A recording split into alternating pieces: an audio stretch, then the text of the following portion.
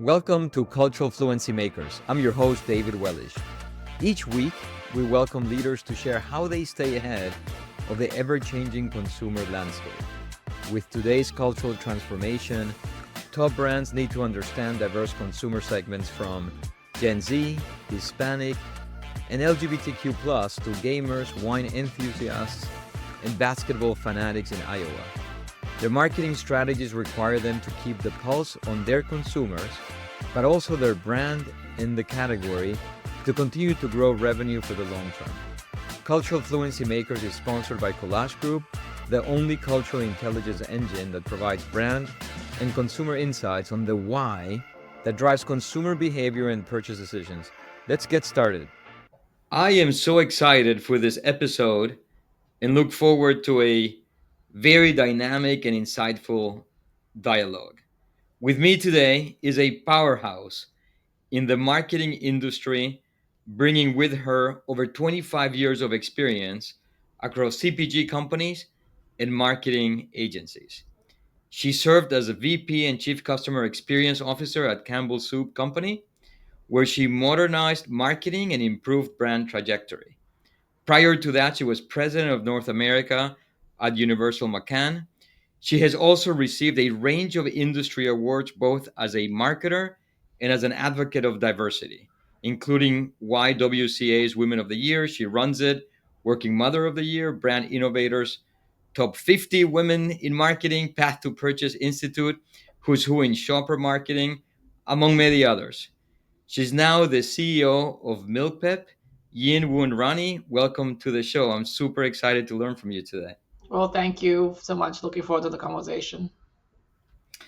Okay, let's get going. We've got so much great things to talk about today, Yin. So I'll start with this broad question, which is given America's rapidly changing demographic and cultural landscape, what role do you think inclusive marketing plays in your overall marketing strategy and then sort of corporate as well? What has changed and how do you see it evolving? Yeah, that's a big question, as you know, and one that you have maybe devoted a big chunk of your own career to answering, I would suspect. Just to level set, for those of you who aren't familiar with MilkPEP, PEP stands for Processor Education Program, and we're probably best known as the entity behind the iconic Got Milk Mustache ads that ran for many, many years. And so our mission is to encourage the per capita consumption of milk in America. Milk is unusual, as Campbell's was, for being a very high penetration product. It's in 9 out of 10 households. But our sort of most valuable target, as you could imagine, is young families and the children within that. And so for us, the notion of inclusive marketing is marketing in many ways because our primary target is very diverse by nature. As you know, the younger the generations get in this country, the more you start to head into a minority majority kind of reality, or at least a very large chunk of the population. And so for us, inclusion is critical to our business success, part one. And part two is so important to us philosophically, is actually embedded as one of our 7 cultural values at the company. And I think, great pride in the fact that it feels like a very organic exercise. You know, we're a small team, we have a big agency team, but both internally and with our agency partners, it's a very, very diverse team for whom inclusion is not a nice to do, it's not a tack on, it's very embedded and organic to our route to market. And I think that's probably true for a lot of companies. I think having had a long career in marketing, I'm always very careful to say that there are rules that are universal. I think every company and entity and brand has to decide what's important to them.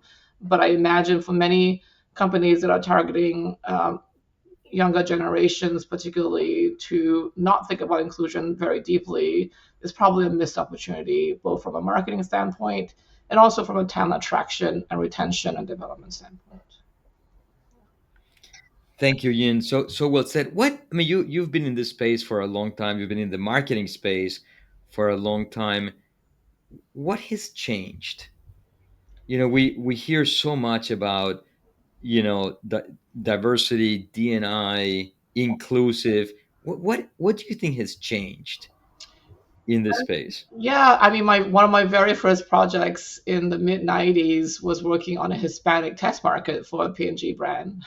So, many things have changed and many things have stayed the same. I think that the biggest factual thing that has changed is just the underlying demographics of the country, both in terms of multicultural, but also in terms of sexual orientation, disability, other aspects of inclusion that I think more and more brands are thinking about.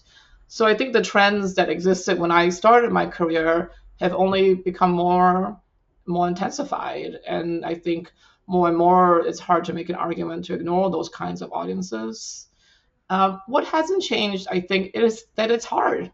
I mean, as you know, I think that's partially why the collage group exists, because it's easy to look at the numbers numerically and say, oh, it's a big portion of my audience, but it is more than a quantitative exercise. I think where a lot of organizations struggle is to figure out how to embed truly inclusive marketing in a way that demonstrates cultural fluency, to use your phrase, because um, sometimes you can either ignore it or you can include it in a way that does not really recognize the lived reality of many of those audiences. And the missteps, as you know, have continued my whole career.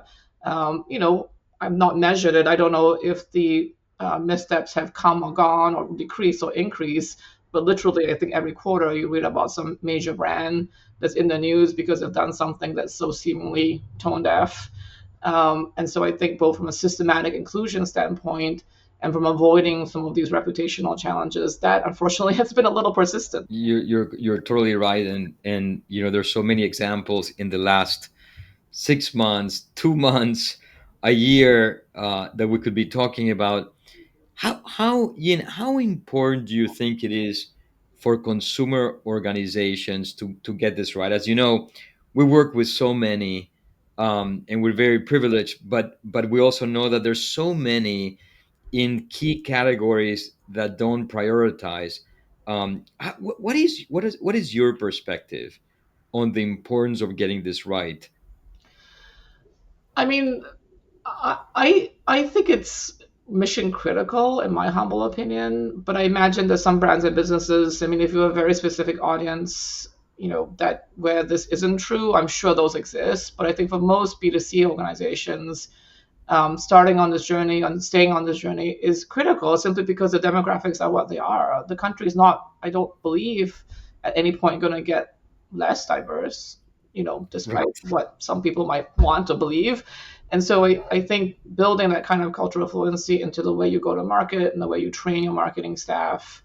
I know it's somewhat regional. I know there's parts of the country where it's maybe less of a obvious reality today, but if you fast forward 5, 10, 15, 25 years, especially in the big population centers, it's almost undeniable.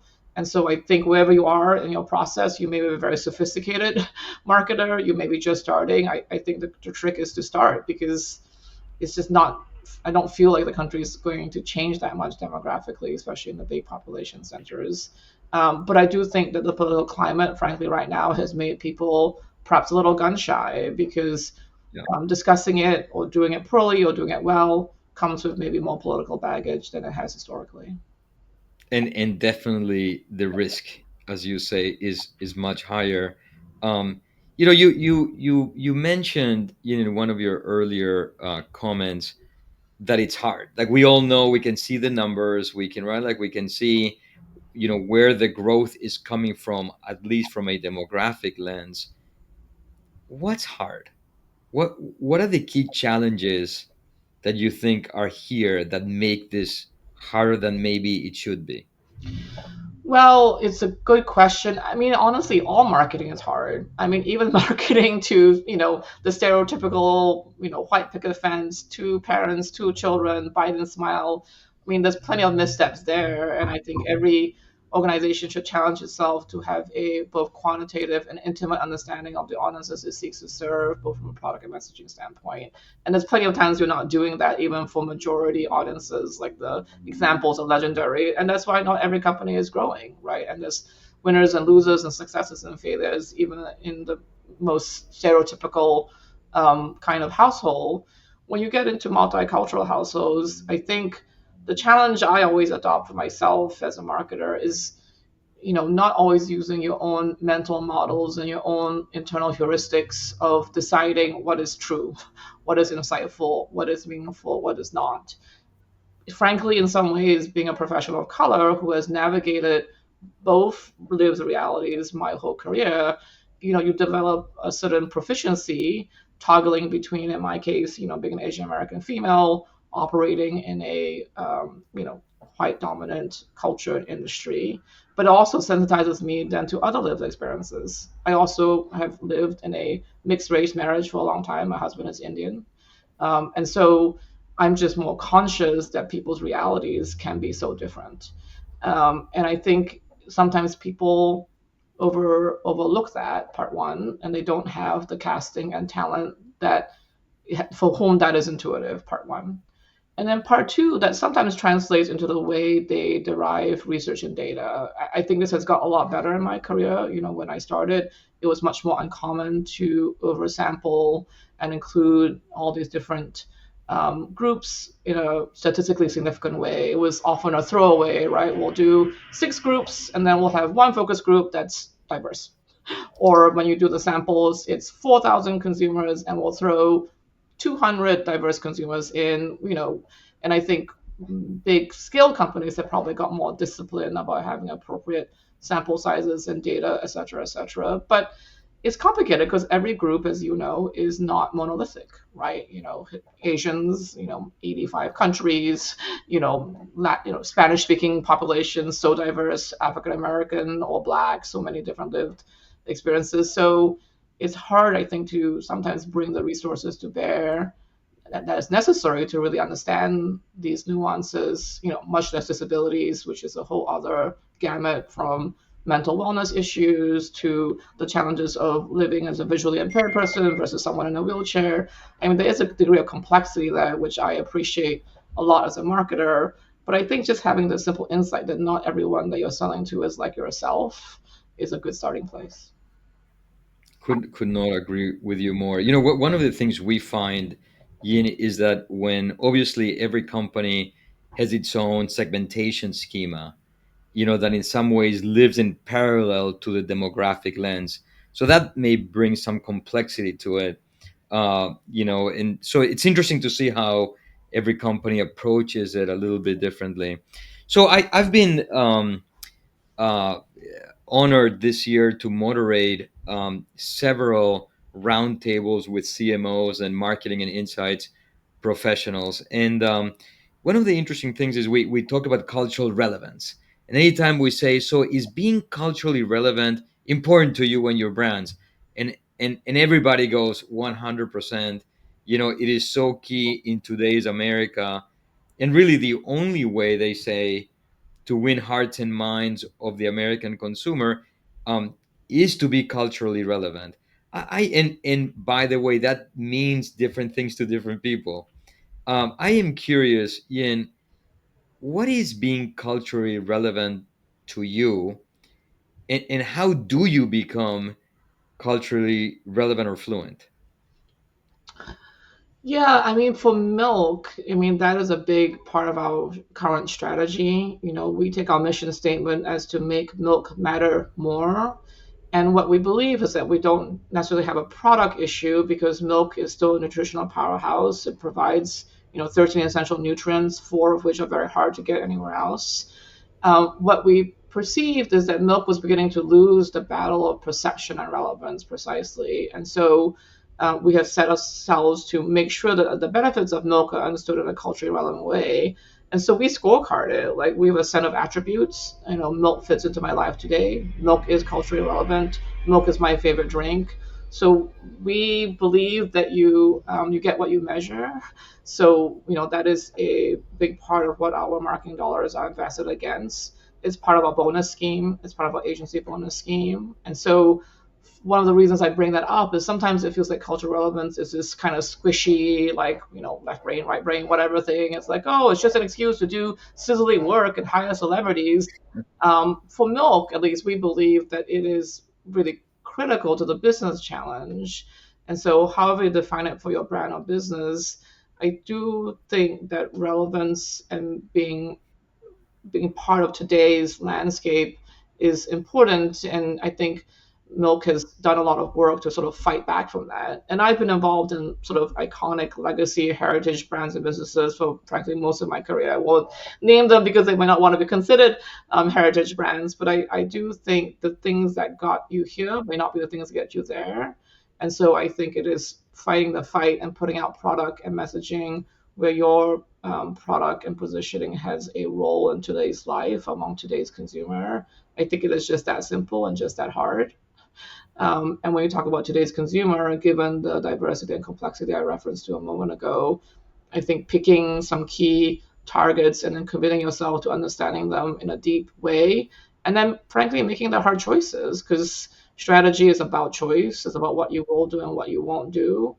And I think as leadership teams, as marketing teams, there is no more mass market, right? The mass market has been rapidly evaporating my whole career. And I think it is a fragmented tribal ecosystem that we operate in. And brands have to adapt to that. So there probably is no one answer to relevance because there's no one single audience. Interesting. It is, everybody says how important it is, and everybody agrees how hard it is. Research plays a. It seems like it all begins there, a deep understanding of the consumers that you've decided to target. Yeah.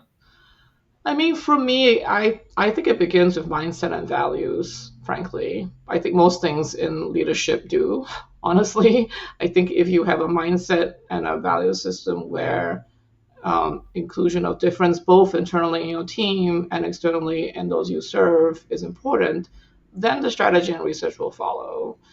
I think that um, because research, like everything, is constrained, right? Like if you don't have the mindset and value that it's worth investing those extra dollars and doing the extra kind of cuts, you will never make that choice, right? And I was very lucky at Campbell's. I had a long-term head of research who is now retired, Chuck Villa, protected that kind of oversampling, like sometimes with his body, like literally putting himself in front of the people who be like, oh, but do we really need da da da da da, and as a gay Puerto Rican man raised in Miami, he was like, yes, we need it. Mhm. And he had a mindset and value and eventually enough seniority to protect that. And I learned a lot from him. But um, because I think getting the research is critical. I believe in data, but you need the humans to both commission the research and then treat the findings with respect. I love that. Values and absolutely values have to come first. Always. So I love that. Let's talk about ROI a little bit. So at a time when, gosh, generating ROI is so critical, budgets always are getting tighter. They're never unlimited. How do you balance targeted communications, targeted messaging versus just simply holistic campaigns that do target the overall market? Yeah, I mean, at MilkPEP, we have maybe a slightly controversial stance. I mean, um, we are trying to do quote unquote total market right. And I know total market is now, like the third rail in this space, and it was Right. used as an excuse to, I think, not respect specific audiences. But we're a small to mid-sized advertiser with a huge category, a huge business. I think at uh, retail were like $19 billion, and with food service and schools it's like 25 billion. So it's a giant category, and our marketing spend is not sufficient. So I think what we're doing well is that we are representing and understanding those audiences in our go-to-market approach. So we don't draw the sharp line between um, young families who are diverse and young families who are not diverse. We also have two big platforms in running and esports. And I think when we go to market, we're very focused on those communities, but we're making sure that the representation and the insight is very high. So, for example, in our running program, we are hosting the first all female full length marathon in the US in just a few weeks. November 16th, Savannah, pay attention. And we have a lot of training materials, for example. But our in house social creator has done a series about how do you wear your hair when you run, right? And so it's a great insight for women particularly, right? Because most men who have long hair, they don't necessarily think about how to wear your hair when you're running, 10, 15, 20 miles of training every week. But additionally, the content that went out there's been a couple of them. There was a Caucasian woman, doing her hair like in a regular ponytail, and the next one she does it on a bun. But in a split screen, there's a black creator. She has her hair in braids, and so how do you wear your hair in braids? And so it was just inclusive, I think, right? Of saying we respect all runners, we respect that different. Every runner has this universal need to train and run, and but recognizing also the difference. So our route to market is, I think, inclusive. We don't at this point carve out different dollars and spending against specific audiences. We're looking at it, we're considering it, but there's also a practical limit of how many ways we can kind of quote unquote cut the budget. Yeah, and it's you. I think you mentioned cultural fluency, and that's we coined this, but it's exactly what we say, which is the data shows that when you execute authentically against one segment, it actually even transcends that segment. And so that you don't have to necessarily go after every segment, but you need to deeply understand every segment to then go higher and figure out the communication strategy to appeal to the variety of segments, even if it's one manifestation. So I think we understand exactly what you're saying. So let's talk about backlash, a topic that is has obviously been popular in the marketing circles for a bit already. And as diversity accelerates, and as the younger generations are forcing brands to play in these difficult, call it minefields of sorts, um, backlash has been top of mind for many marketers. Is it top of mind for you guys, and how do you navigate it? It's a great question. I mean, frankly, milk itself has had so much backlash as a product. And so I think we understand this is the modern ecosystem we operate in. I think we always try to operate with authenticity and courage, and we'll take some hits. I mean, I think it's very difficult to go to market, particularly in social media, and get it right 100% of the time. And so when we do see missteps from other brands and marketers, I'm always very careful of my team to like, don't jump on that bandwagon because it could be us, right? It is so easy to have missteps, and none of the brands who have stumbled, I don't think have done it maliciously. I mean, as you know, dozens of people on either side looked at it.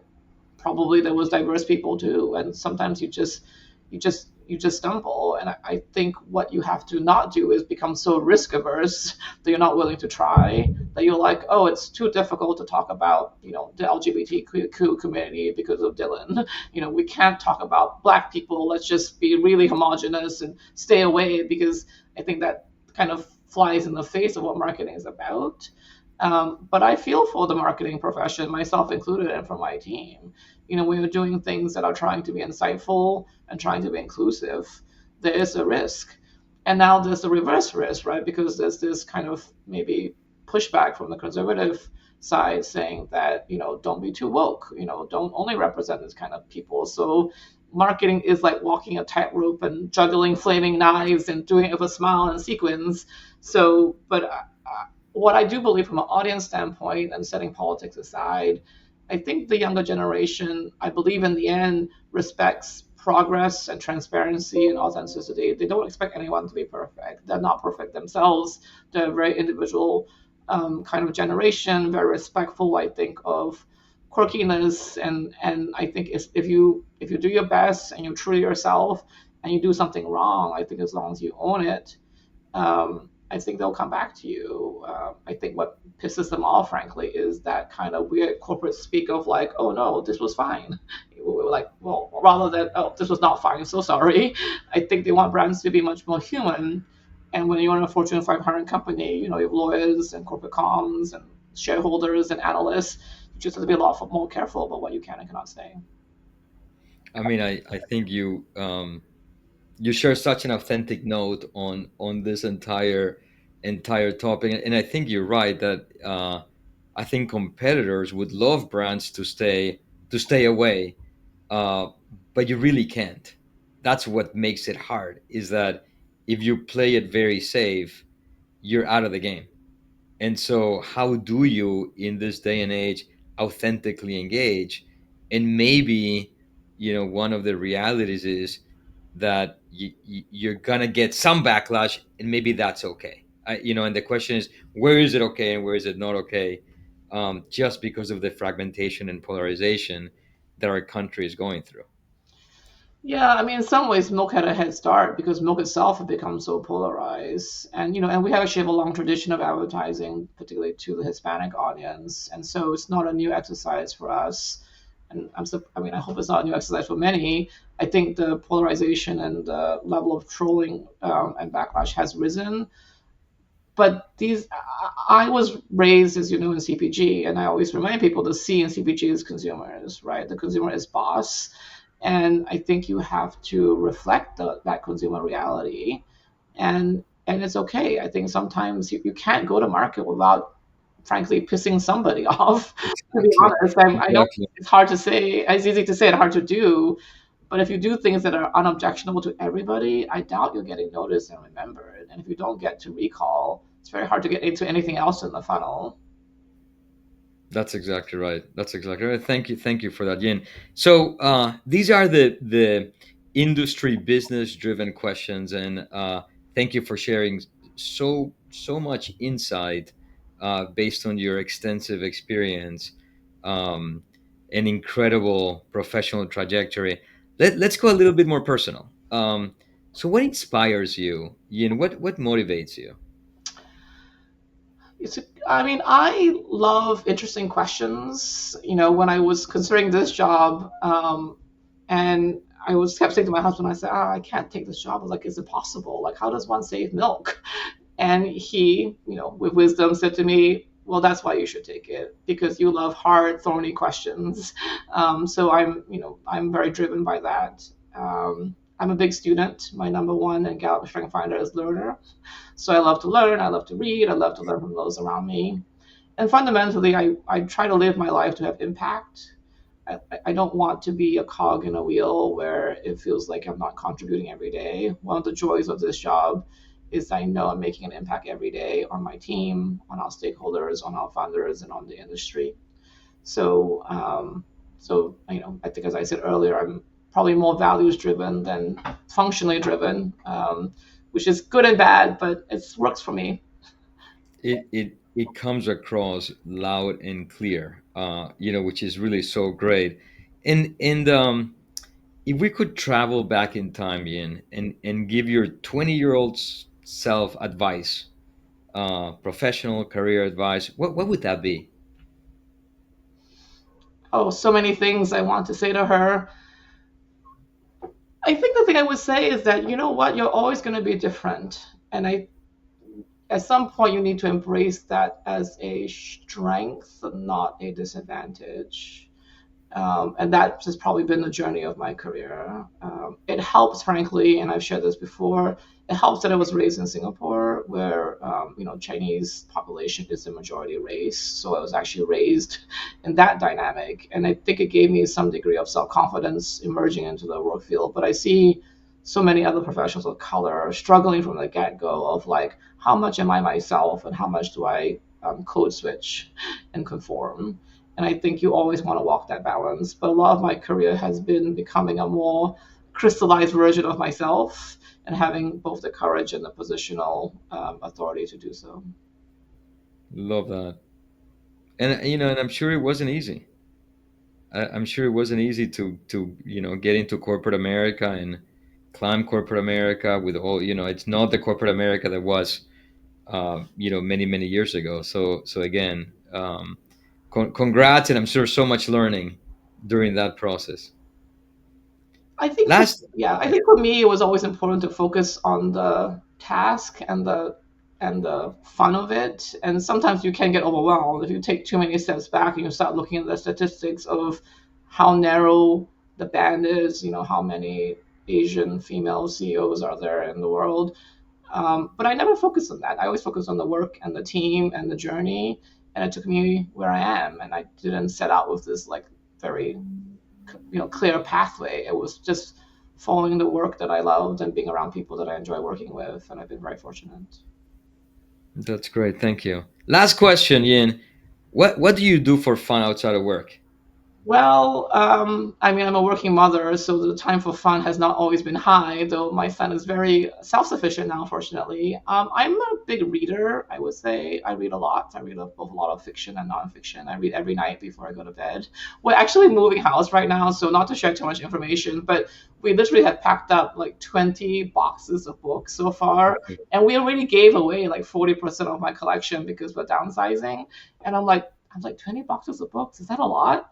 And all my friends are like, that is officially a lot. And these are only the books that I hold precious. I already gave away so many things. So I guess it's further confirmation that I'm a reader. I guess I always will be one. I come from a family of readers. I raised a reader. So I'm proud of that. You've made a huge contribution to your child or children by them becoming readers. Such a huge gift. Such a huge gift. I hope so. I hope it doesn't become a lost art. Sometimes I worry. So Yeah, especially with all the technology and social media as true. a source of distraction. Yin, that is the end of our session. Gosh, so much gratitude. Really, really appreciate you sharing of yourself with me and with the audience. So thank you very, very much. Thank you for having me. Always a pleasure. And again, congratulations on the collage group. I know it's been a labor of love for you for a long time and fulfilling such an important need in the marketplace. Thank you, Yin, and thank you to our audience. If you learned something new today, or laugh, tell someone about the podcast. Thank you again. This has been another exciting episode of Cultural Fluency Makers. So see you next time. Thanks. That's a wrap on another episode of Cultural Fluency Makers. Thank you for joining us.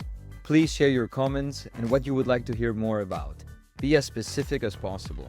For show notes and more, please visit culturalfluencymakers.com. This show is proudly sponsored by Collage Group, unleashing the power of cultural intelligence to fuel brand growth. Please follow Collage Group on LinkedIn, and we will see you next week.